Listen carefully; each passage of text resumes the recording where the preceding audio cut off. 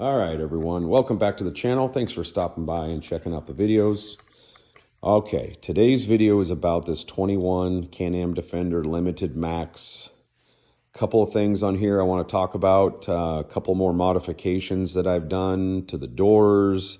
Added a dual USB port, a 12-volt outlet. But the main thing I want to talk about is basically this wiper delay. If you watch the previous video, you'll kind of see that wiper delay that I put in there, but I was having trouble getting the wiper to return to the park position. That's up here at the top here.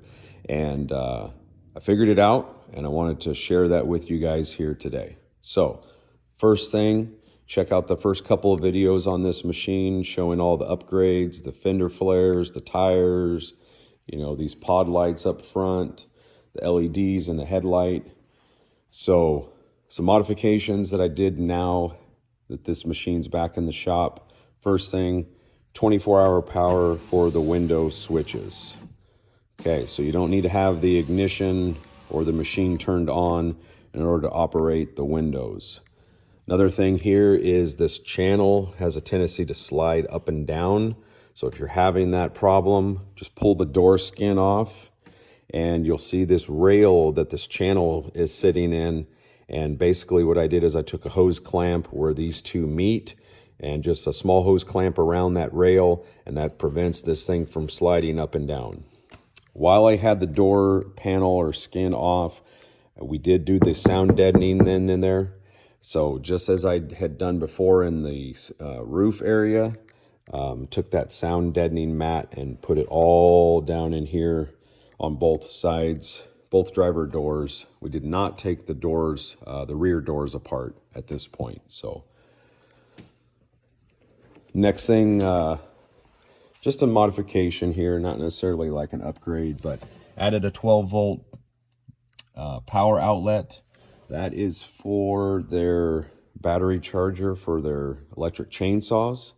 And that's wired directly into the battery with an inline fuse.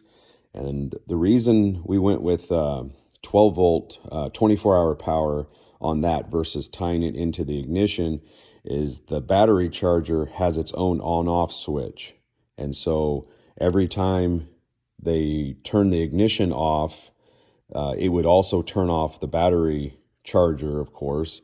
And then when they turn the machine back on, they would forget to push the on button on the charger, and then the batteries, of course, would not be charging. So with this being wired 24-hour power, as soon as they plug that in and hit the power button on their charger, that thing will then continue to charge, of course, all the time. So just got to be careful to make sure that you either unplug that or you turn off the battery charger when you are not riding for long periods of time. So the next thing I added here is a dual USB port right here in the back. You can see that there. And this is a little bit slimmer of a design than you probably will normally find, especially like on places like Amazon. They usually have a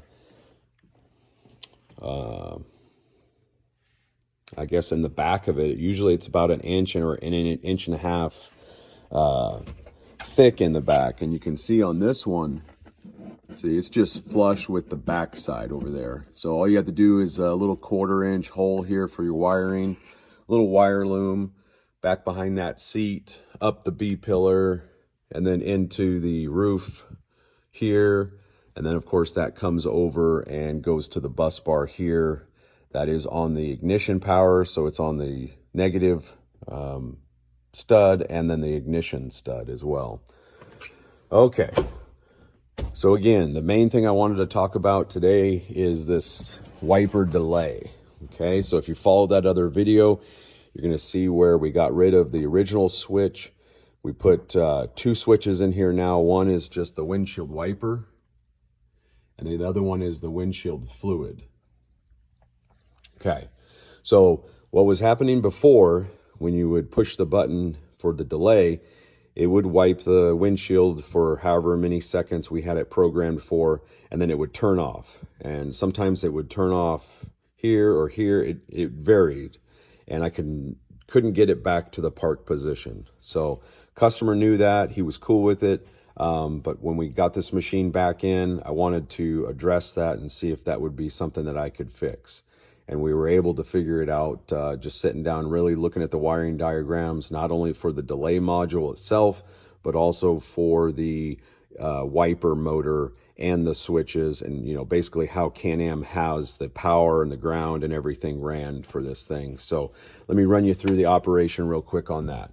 So the left switch is the wiper motor, down for the delay, off in the middle, then the up position is the normal operation, and then of course this is the wiper fluid, and it's just a momentary, as long as you press it, that's how long you're going to get fluid for. So this is the normal operation. I'm just going to hold the fluid down to keep fluid on the windshield, right? And that'll just continue to go as long as you let it, right? So we'll go to the off position, and then you'll notice that wiper is going to return to the park position. So somewhere right in there. So I turned it off when it was right in here, and then of course the internal wiring allows it to bring it back to the park, just like on your car. Okay, so the next thing I'm going to do is push down, and that's going to be the delay. It's going to run for about 4 seconds, which is actually about 2 swipes, and then it's going to return to the park position. So that was the thing I couldn't figure out before, but we, like I said, I was able to figure it out. So we're going to turn the delay on, put some fluid on the windshield. It's going to come back up here and here. Now it's going to disconnect for about 9 seconds. So you can be riding, you're in a slight little bit of rain, mist.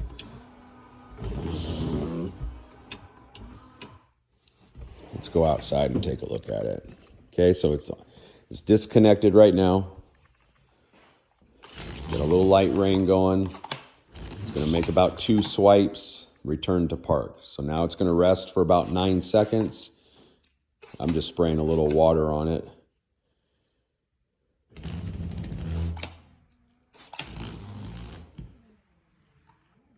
There you go.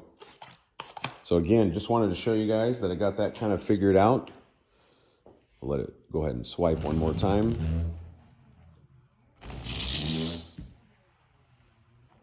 There you go.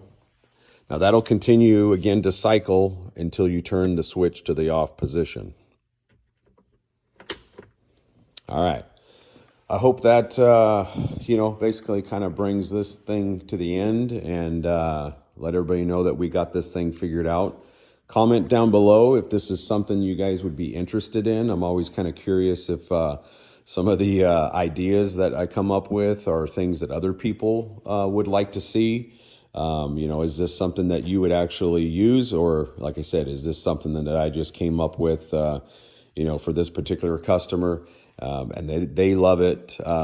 They loved it even when it didn't return to the parked position. So now I know he's really going to like it, that it'll return to park just like it normally would during the normal operation. So again, comment down below. Let me know if this is something that you guys would be interested in. Again, or is this something that I'm just crazy and I think this is super cool? So again, as always, I appreciate you guys watching the video. Appreciate all the subscribers at this point. Again, we're just under 200. I'd like to get over that. I'd like to get to 500 or 1,000 if possible, right? But again, hit like, hit the subscribe button, and as always, appreciate you guys watching. Till next time, have a good day.